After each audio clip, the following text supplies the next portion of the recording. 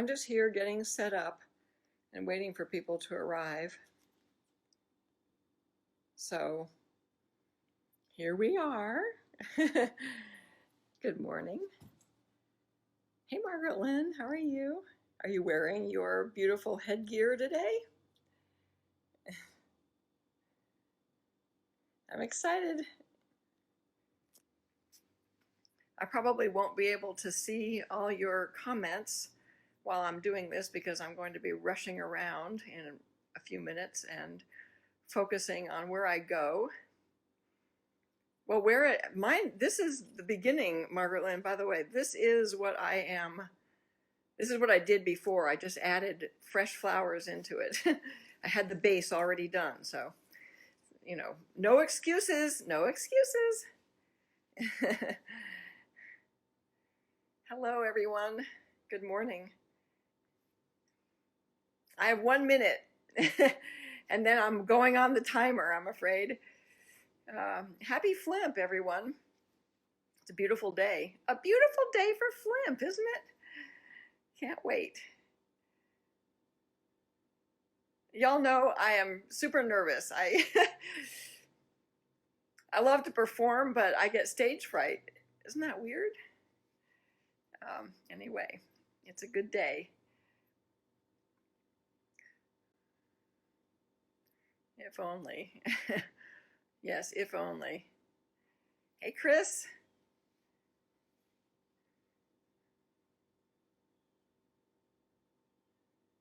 Cheryl, hello, good morning. Okay, it's 10 o'clock, I'm starting. I have to put on my little timer. I have a little timer here. Let's see, how do I do this? Well, I hold the phone without giving you guys vertigo. All right. I'm timing my sections here, so let's go. Here we are broadcasting on Flimp Morning. Good morning, and thank you so much to the museum and all my good friends who have been so supportive and wonderful, and all the good years we've had together. And I just am really pleased to be here, and I love seeing you all, or seeing or knowing that y'all are there. And bear with me as I run around my studio and kind of give you a mini tour. It's just going to be some very selected pieces and selected parts, but I do want you to see what's going on and what we have going on in here. And I'm going to do 2 demos, and let's just start off. Okay, you ready? All right, now I'm going to turn this around, I think. There we go. All right, so this studio is a 2-story studio. That's the ceiling.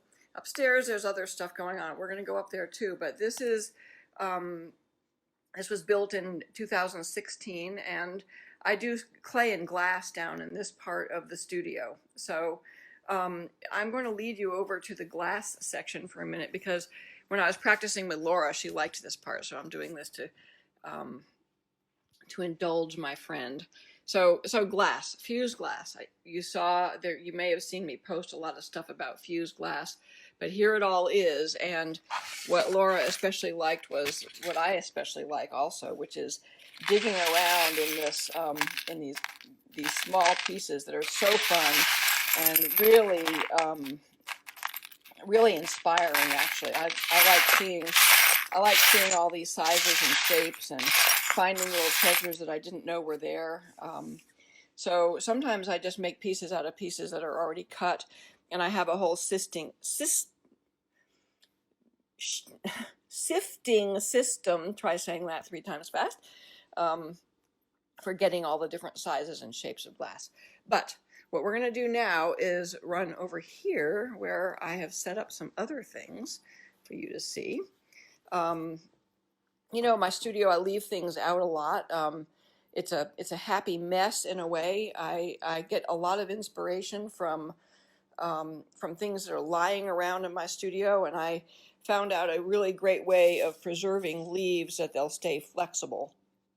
So my friend brought me these wonderful ginkgo leaves, which is one of my favorite pieces to use in my clay work. And here is an angel that I put them in, or put one in right there.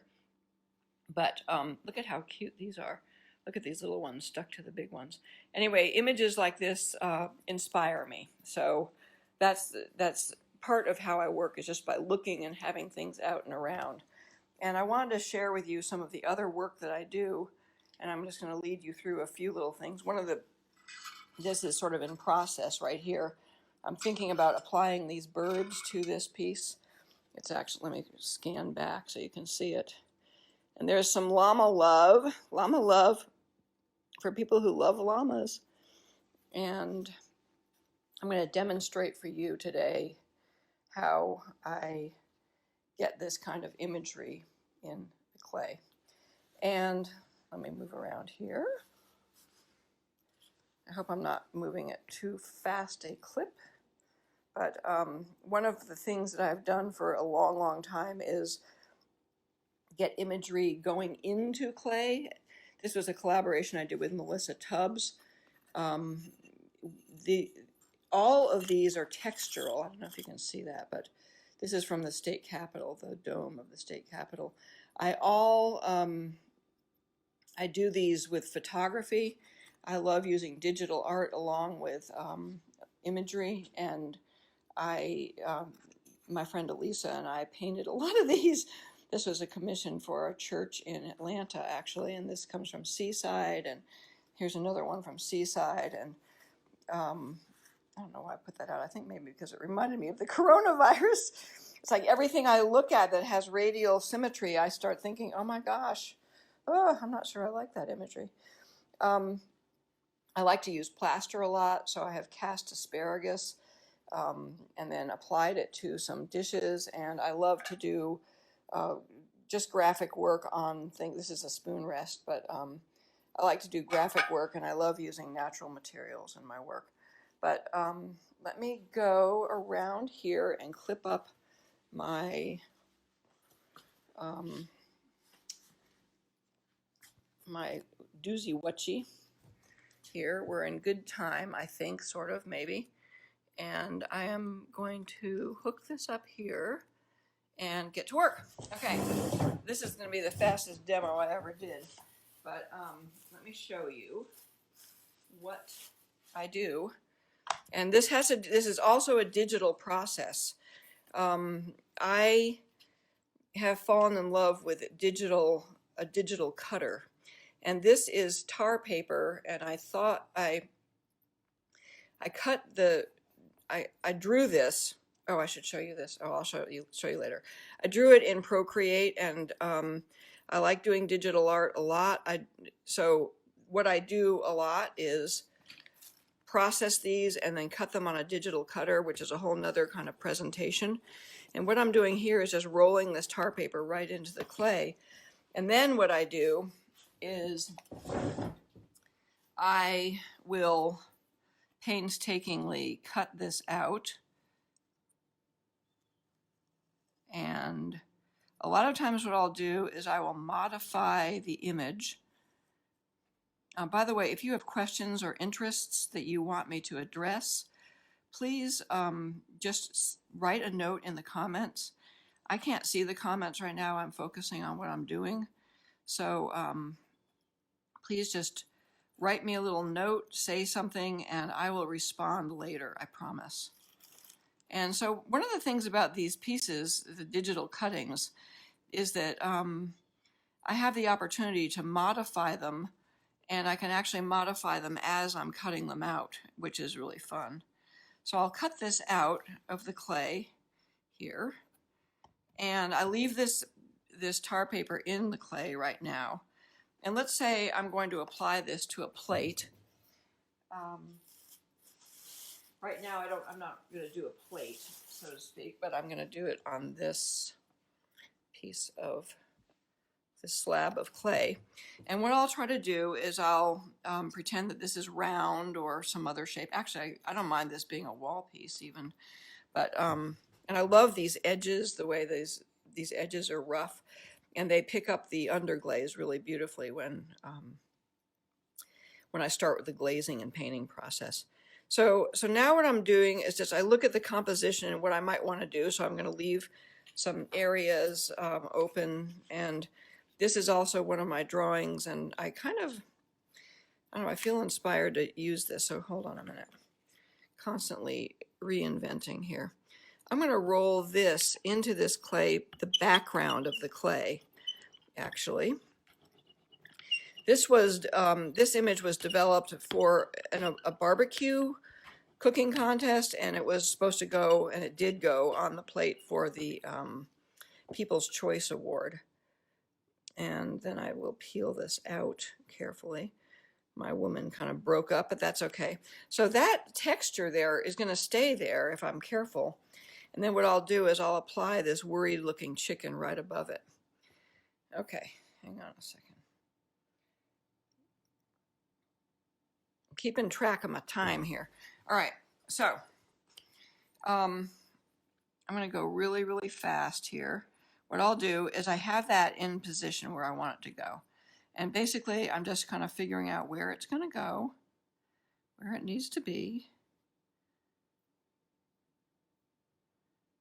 And its outlines. And then I will flip it over.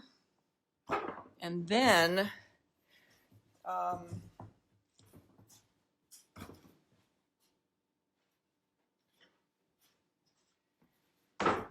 sorry, I had to run and get this tool. This is a tool for slipping and scoring, which is the big word. This is the big technique I'm going to teach you today. Slip and score, slip and score. So I'm going to wet this down with a little bit of water. And I actually, when I was making the barbecue awards, it was really interesting because I started liking the texture that I was putting on the clay just in preparation for applying the pieces to the clay. I kind of started really liking this. And I may end up doing some silhouetted pieces like that. Kind of neat. But basically you have to do both sides.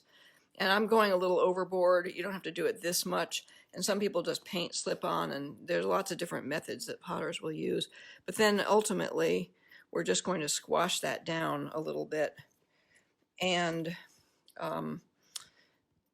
then there are lots of other things you can do. I happen to love cookie cutters and other neat things. So I collect all sorts of weird stuff, and here is a fun star-shaped one. And the good thing about this is it creates a negative space, but then I also have a very positive star also.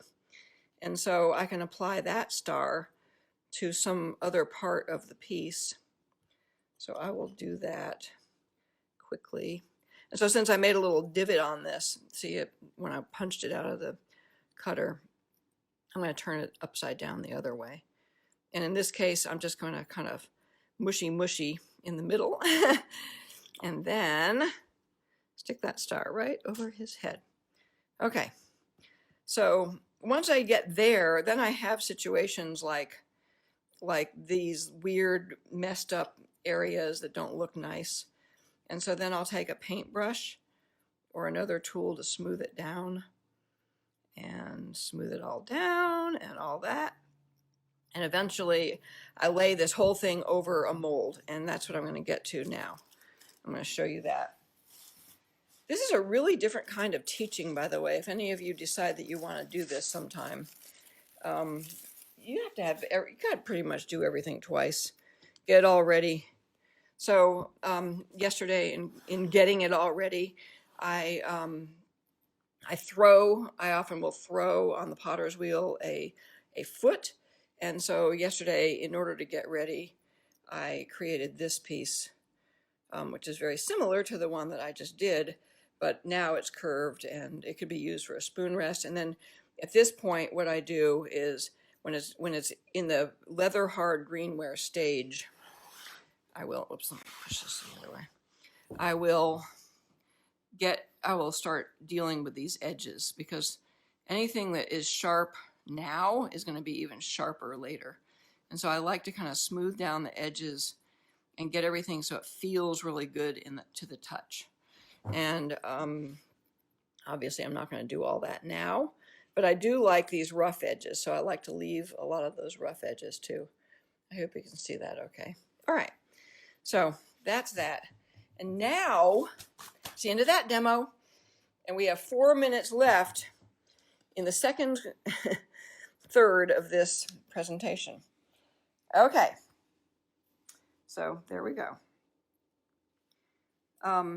When I was throwing the foot, this star kind of filled in, which was kind of interesting. So I will deal with that in a textural kind of way, but that's kind of fun, I thought. All right, now what I'm going to do here, or I'm going to try to do here, is post up a little photo for you as I move, because I don't really want to make you seasick. So what I'm going to do right now is move to the upstairs area. But I was going to say that I have done a lot of production work, a lot of throwing. I love to work on the wheel, and I haven't been doing a whole lot of it. I do a lot more hand building than that, but anyway, that's. I really wanted to show you something else. I might end up taking you downstairs again later. All right, so here we are going upstairs. I've moved to the stairway. I like this. The front of this studio is an old building, and in order to build this part, we tore the back off that old building, and I used some of the siding for the risers on the stairs, and I really like that pattern. I am pretty influenced by cheese bend work and other things. Okay, so what I wanted to show you now are just a few things I'm working on. This is just an acrylic and watercolor painting that I did to loosen up after the after this Islamic pattern design class that I'm taking, and oh my gosh. But there's a little funny face. Happy Flimp, everyone. And here's a shout out to my friend Robin Metz, who I love dearly, and also it's a beautiful cake stand. She made this, and there is a candle that's not lit, but happy birthday to Hari Orm, my good friend from Hawaii, who came here and helped me start the Flimp Festival along with Margaret Lynn and lots of other people. So, love you guys. All right, so what I'm learning now, when I was 12, my mom took me to the Alhambra in Spain, and I fell in love with these Islamic patterns and always wanted to kind of understand them better. So during the quarantine time, I have been working on taking some classes with this wonderful man named Adam Williamson, who is a real master at this work. And this is just kind of a cool thing. It starts out flat, and I'm still working on the color, so I wanted to show you how it would turn out as a dodecahedron, but later on it will be solid, more solid than that. Here's that spiral again, but I thought this was a wonderful tessellation of the golden mean. And here I was just playing around with some color, and I'm such a novice that I really can't even tell you that I know nothing, really. And this was a drawing that, this background was a practice drawing, trying to figure out some of these patterns, and then I decided I would cut it out and apply it to this figure drawing that I did during a live figure drawing session. So that is that, and then I'm going to just walk around here. I'm just trying to help keep you from getting seasick here. So here is what I'm working on right now, and it requires, I have a lot of compasses out here, and the only reason I do is because I wanted to show you how fun the tool. I love great tools, but if you ever want to do it and you don't have a fancy compass, one of these is great. These school compasses that are metal are really nice, and basically this was a design that goes in. It's the upper portion of a dome, and in a mosque for women, actually. but I love that work, and I am learning so much, and I'm very bad at it still. But it's all by hand. It's not digital at all. Okay, so now I'm going to move over here because what we're going to do is some head garlands. Part 3. Are you ready? All right, let me clip up my, messing up my video. Okay, there we go.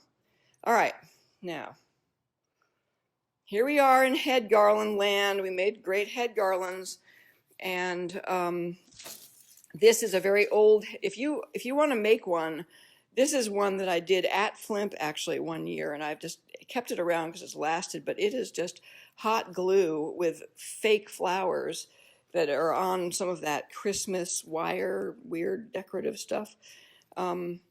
So that is a way to do it. And so I just pulled those flowers off of something like this. And a lot of times, you know, those are inexpensive at one of those craft stores. But since we're not going out to craft stores all the time, you could do something as simple as this piece, which I did on a strip of paper using all sorts of toilet paper and paper towels and aluminum foil and curling ribbon.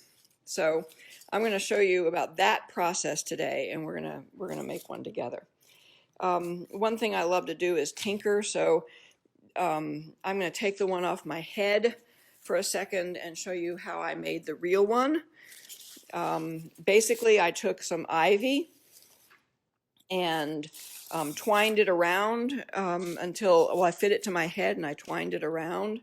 And then this morning, yesterday, my neighbors allowed me to pick some of their flowers, and so I brought those into the studio and kept them in water overnight. And then this morning I just twined this around, and I just used some weird piece of, I don't know, raffia type ribbon or something to hold it on. But you could use wire, and I'm showing you this because a lot of times we have dead appliances and things, and you can strip out that wire and get some really nice wire on the inside. And this came from an old motor. This is copper wire, and these lengths could just, you could use those in the same place that I used this ribbon. But I wanted you to be able to see the ribbon, so you can kind of see how to do that. But just fit it to your head and then wrap it around and twine your flowers and have fun and make it as beautiful as you can. Okay, I'm going to put this back on, and of course, I didn't reset my clock, but that's okay. All right, now I'm doing it. All right, materials needed. I think that Laura listed those, and I'm about to turn my camera around to this part of the table and show you a few little things really, really quickly. All right, first of all, paper. All right, everyone went crazy on the toilet paper, so you know everyone should probably have some. And if you do, and you better, sacrifice a few pieces for this project. This is one good way to start it. The next thing that you can do is you can make your headband out of newspaper. Newspaper is wonderful because it cuts. Actually, it doesn't just cut; it tears really nicely. Here is one from 2018. But look how nice it is. You can just go about a column wide, and then you can just tear it straight down. And this length is pretty much, it's pretty close to the circumference of a normal person's head. But you can add more, obviously, on the ends. So that's what I did on this piece here. And and then it was a little bit wonky, so I folded it in thirds. And you are going to need some tape, and I have a tape dispenser, which is very helpful, and I've already pre-torn tape, so I'm pulling it off the edge of the table. But then you can have something like this that you could decorate, and you find you find the center of it right here, and then begin decorating from the center out. All right. Now, when you do that, let me get a seat here. When you start doing that, let me make sure that you can see. I'm just double checking this is sort of lined up. I hope you can see. Oh, I want to mention, well, let me put that over there for now. One thing that's cool, if you don't want to sacrifice your toilet paper, you can always use a paper towel, and a lot of times they are 2-ply. So you can get 2 for the price of 1. Look at that. Isn't that fun? So, and they actually will make better flowers if they're half like that. So, back to this. What I suggest you do is cut little buttonholes in your paper, which is basically by folding it and then cutting a little slot like that. So wherever you want a flower to go, you're going to cut a little slot. And I'm not going to do this all the way around, but obviously you'll space them out in, in as close as you want your pieces to be. Let me put that aside for a second. Get this confusion out of here. And if you're lucky enough to have some fancy tissue paper, of course, that's always nice, but absolutely not necessary. But basically, everything you do involves a very important technique called scrunching, okay? It's the scrunching technique. Basically, you're going to find the center in general, do a scrunch and a little bit of a twist so that you have a little handle to hold on to. Then you observe your lovely, lovely flower here. And I have found that it helps to actually bend that little handle a little bit, because what we're going to do is stick this. Now, I did not find this on Pinterest. I made this up myself, so, bear with me here. You're just going to stick it through the buttonhole and bend that end over like that. Don't worry about your flower getting scrunched. You can reinvigorate it later, and then just tape it onto the inside like that, and then fluff it up. Now this isn't so glorious. So those of you who know me know I love scissors. I'm constantly loving to cut things. So this is a great opportunity to cut it and primp it and make it beautiful. Now, this other stuff is, this is a napkin that I cut, I think, or maybe it's a piece of the paper towel, I'm not sure. But I just cut a weird shape out of the corner, okay? And then that gives me a really cool, actually gives me the possibility of 2 flowers. So I can rotate that like this. And then I can do the magic scrunching technique again. And then with my paintbrush, I can apply some watercolor. Probably easier to lay it down a little bit. And I'm not going to get too fancy here. But I do love purple. Can you see that? Hope you can see it. I can't tell if you're telling me you can see it, so I'm just going to have to trust that you can. And so on and so forth. And I know I made one other buttonhole in here. Where is it? Might be good to mark your little buttonholes. Well, I'll just make another one now. There, now I know where it is. Bending the scrunch. Getting a piece of tape all ready. Stick it through the buttonhole. Pull it on in. Yesterday I had a very mushy flower. It got really overly painted. And I had to laugh at myself. It was a mess, but whatever. They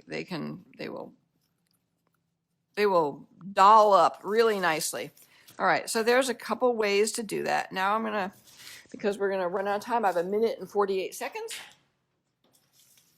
Here are some other possibilities.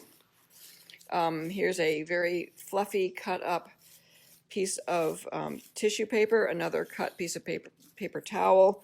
Aluminum foil makes great antenna. Here's my squashed up, really bad, messed up. I dipped it in the paint actually, so it got really bad. And then here's another paper towel one that I think it needs some brightness. It needs some brightening up.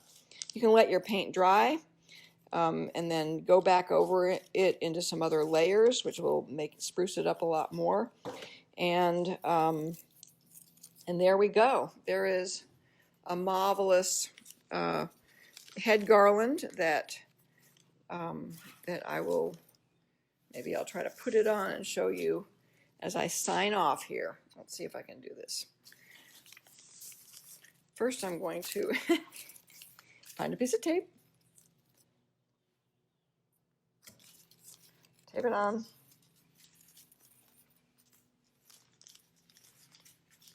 Okay, take the phone out. I'm crazy. All right, here we go. There. Oh, yes, absolutely. And I love my antenna. Yes, isn't that neat? All right, everybody. I love you. You guys are wonderful, and I hope to see you in the studio and ask me questions, things about digital art, anything you want. We can do some online things, and I would just love to see you again. And thank you again to the museum. This was really fun, and really fun getting ready, and a great shout out to Laura Boquin, who I adore. All right, take care.